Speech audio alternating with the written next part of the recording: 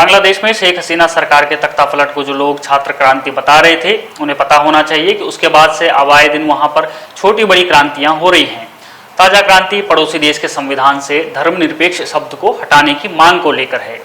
बांग्लादेश के attorney general Mohammad असदुजुम्मा का कहना है, बांग्लादेश की 90% आबादी मुस्लिमों की है और उनकी आस्था और विश्वास अल्लाह के प्रति है, इसलिए धर्मनिरपेक्ष शब्द संविधान से हटना चाहिए। इसके अलावा बांग्लादेशी संविधान में समाजवाद, बंगाली राष्ट्रवाद और बांग्लादेश के संस्थापक शेख मुजीबुर रहमान के लिए राष्ट्रपिता के रूप में स्वीकारने वाले संशोधनों को रद्द करने की मांग की है। दरअसल साल 2011 में शेख हसीना सरकार द्वारा लाए गए 15वें संविधान संशोधन की वैधता को लेकर इन दिनों बांग्लादेश के उच्च न्यायालय में बहस चल रही है। इसी बहस के दौरान बांग्लादेश के अटॉर्नी जनरल ने यह बातें रखी हैं। बांग्लादेश के संस्थापक को लेकर मोहम्मद असदुजुम्मा का कहना है कि शेख मुजीबुर रहमान को राष्ट्रपिता के रूप में लेबल करना राष्ट्र को विभाजित करना है। उनका कहना है कि यह अभिव्यक्ति की स्वतंत्रता को प्रतिबंधित करता है।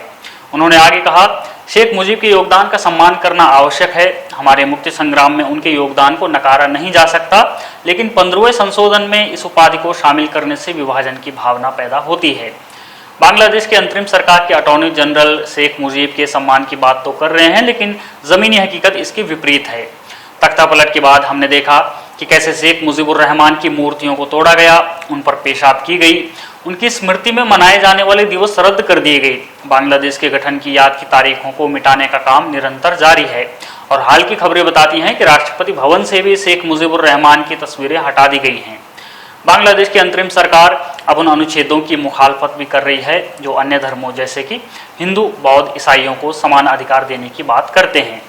तथाकथित छात्र आंदोलन के नाम पर शुरू हुई यह क्रांति बांग्लादेश के संस्थापक और उनकी लेगेसी को पूरी तरह खत्म करना चाहती है और सिर्फ खत्म ही नहीं करना चाहती है, बल्कि इस्लामिक कट्टरपंथ की स्थापना भी करने का प्रयास कर रही है। एक ऐसा कट्टर समाज और कट्टर सरकार जहां अन्य धर्मों के लिए कोई जगह नहीं हो सकती है।